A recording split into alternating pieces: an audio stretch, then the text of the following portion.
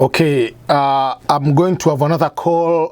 Is Baraka. Baraka is from Tanzania, and we'll be having a very good discussion here. He's the winner of the DV lottery. The good thing, we'll be having some questions, most likely because Tanzania is one among the countries in the travel ban.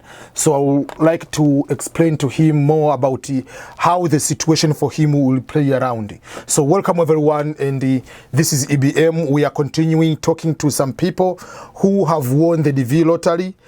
So I hope, let's say, the internet will cooperate to have this call with Baraka. Okay, it's ringing. Let's see if it is going to work. Hello? Yes, man, how are you? Oh, I'm good, bro. How are you? I'm doing good. Now you are the DV lottery winner.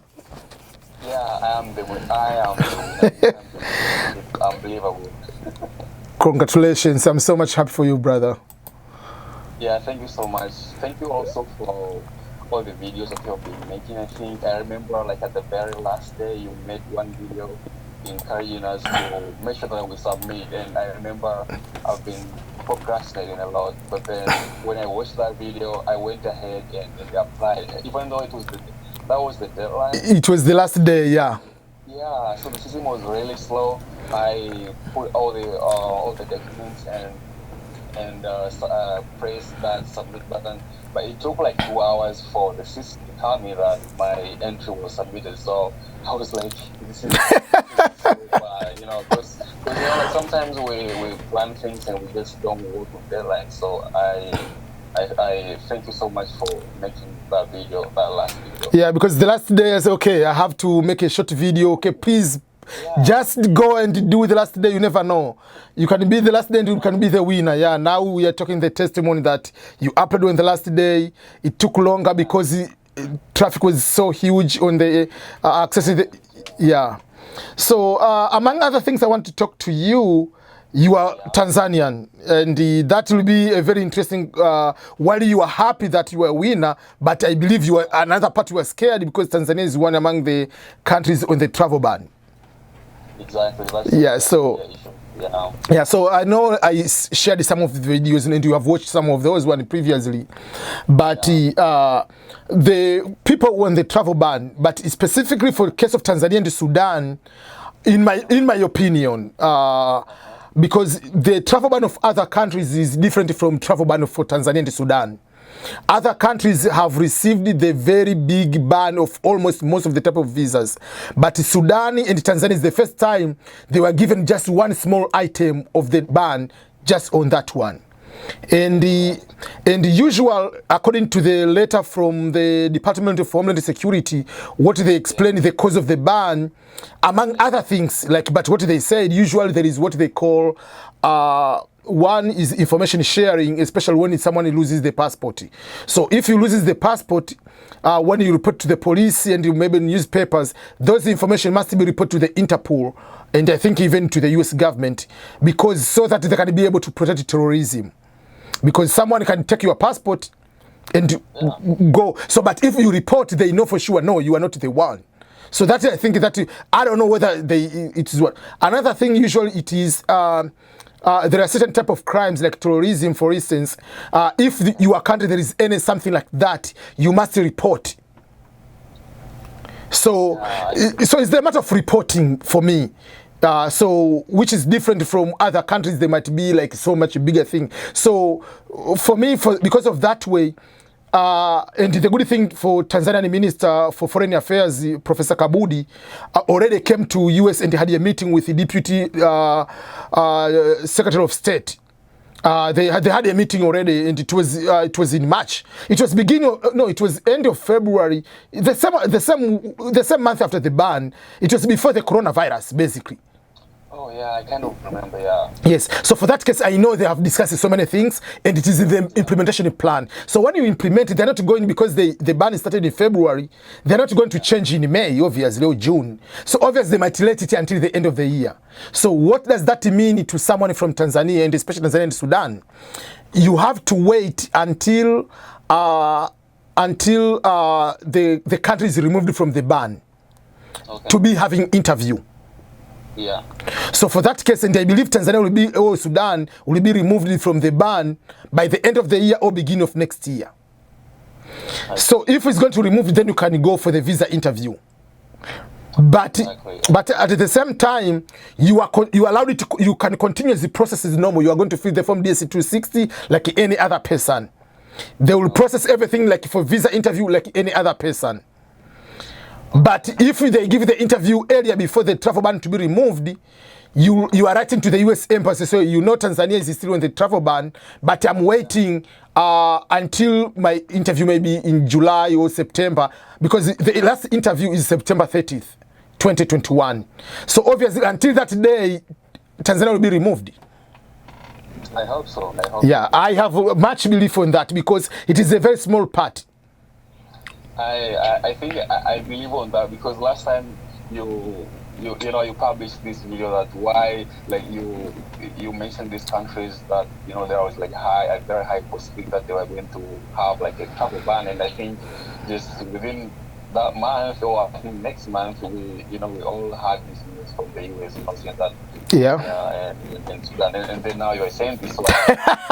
Actually the reasons that you provided, because those reasons were also written in the letter, in the official letter from the US. So I think Tanzania, as you have also said that the Minister of Foreign Affairs was in the US like before the corona. So I think they are really working on that and trying to solve that and make sure that Tanzania is lifted from that ban. Yes, yeah. So the government is working on it to make sure that it just remove the and all other kind of things. Yeah.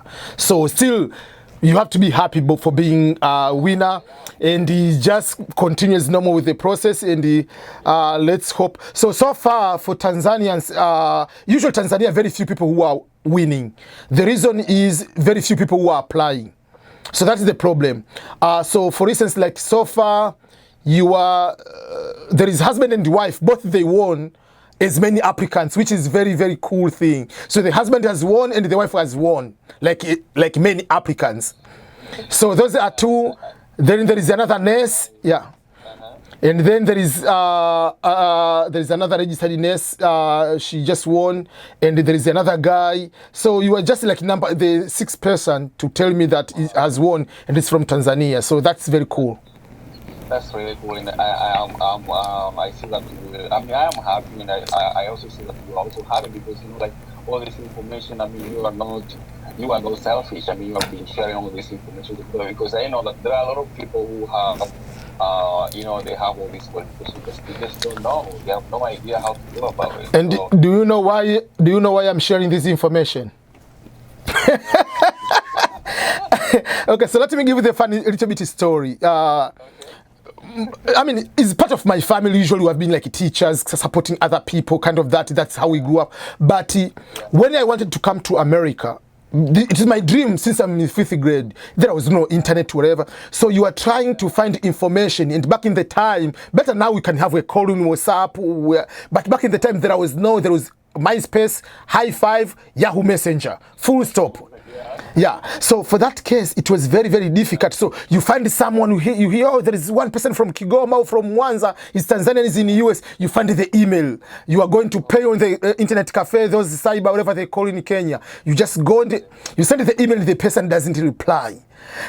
It was so, so I say, like, now I'm that guy in the US, and someone asking me, a comment like, why can't I respond? Because you winning the green card lottery, they are not taking out my citizenship. You, if you come here and you become a manager or you become even a governor, you are not taking my salary. So your success has nothing to do with my failure. Yeah. But your success will make better people, immigrants, to be better in the US. Exactly. And you can be better in our countries too. Yeah. So that is something like, okay, I'm that guy, I have this information. And even if, let's say, now, I mean, the good thing you have been into US, so the funny part is, for instance, like now, I have internet which is unlimited. So whether I post the video on YouTube or I don't post, I pay the same thing to AT&T. Exactly. So why can't I use this opportunity to share with other people?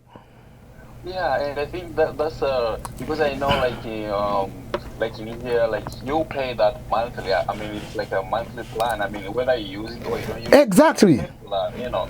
And I think this is something or like a reason that someone could come with. Maybe this person was from Tanzania to say, you know, I don't have internet, or maybe I cannot afford like to pay for the internet to upload like all the YouTube videos. But I think now you are here, you have internet, let's use it. I mean, use it to, you know, use it to upload those videos that will help someone, you know, not only in Tanzania, but also in East Africa, West Africa. And I think this, since you started like uploading videos in English, now you have viewers from all over, like people, Definitely, yeah.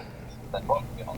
Yeah, so that is something like, yeah, and I'm planning to open the WhatsApp group of all winners of the DV lottery, so that we can be have like kind of like, because you'll be in the same situation, so that you can be able to get the information about how to go through the forms and everything. So I'll be able to share the link so that you can be able to join that way. Exactly, that would be a great idea. Because you'll be having, your questions will be different from someone who is applying. Your questions is specific now. Okay, DS260 public charges, not hypothetical questions, they are real question now. Yeah. So I'm so much happy, and please just wait. I will send you the link maybe after an hour or two. I will just make that a short group and just forward to people who want to join, who are winners only on that kind of situation, so that we can be able to share all these benefits. Yeah, thank you so much. And I know that you are the night person. You know, I sent you a message in the like evening. I was like, you can reply around with the, you know, midnight and stuff. So I know this is the time that you are more you're most you know, active. Yeah, I'm most active during the night because the kids are sleeping. You know, the kids here, they need much attention. So here for this, yeah. Yeah, so now it is midnight, so they already sleep, so I can just be up to 2 a.m., 3 a.m., so I have no problem, yeah. And yeah, so that is the situation, so, Yeah, okay. thank you so much. Yeah, I'm so much. We'll just keep in touch and just let me know when you create video, the link for the group, and then, you know, we can just start from there. Okay, no problem. Thank you so much, and congrats once again, brother. Thank you. Have a good night. Okay, bye-bye. Okay, so that was Baraka. Baraka means blessing, like Barack Obama. So he's Tanzanian. I know him personal, and we have been communicating with him like many years since I came to know him when was that? It was 2017, I think. He was looking for various scholarships, so that was the first time I came to know him. So we have been knowing one another for over a long time. As I mentioned to him, I'm going also to make a WhatsApp group for winners, and I will put the link where you are going to be part of that particular group. So thank you everyone, and continue to be part of this big movement.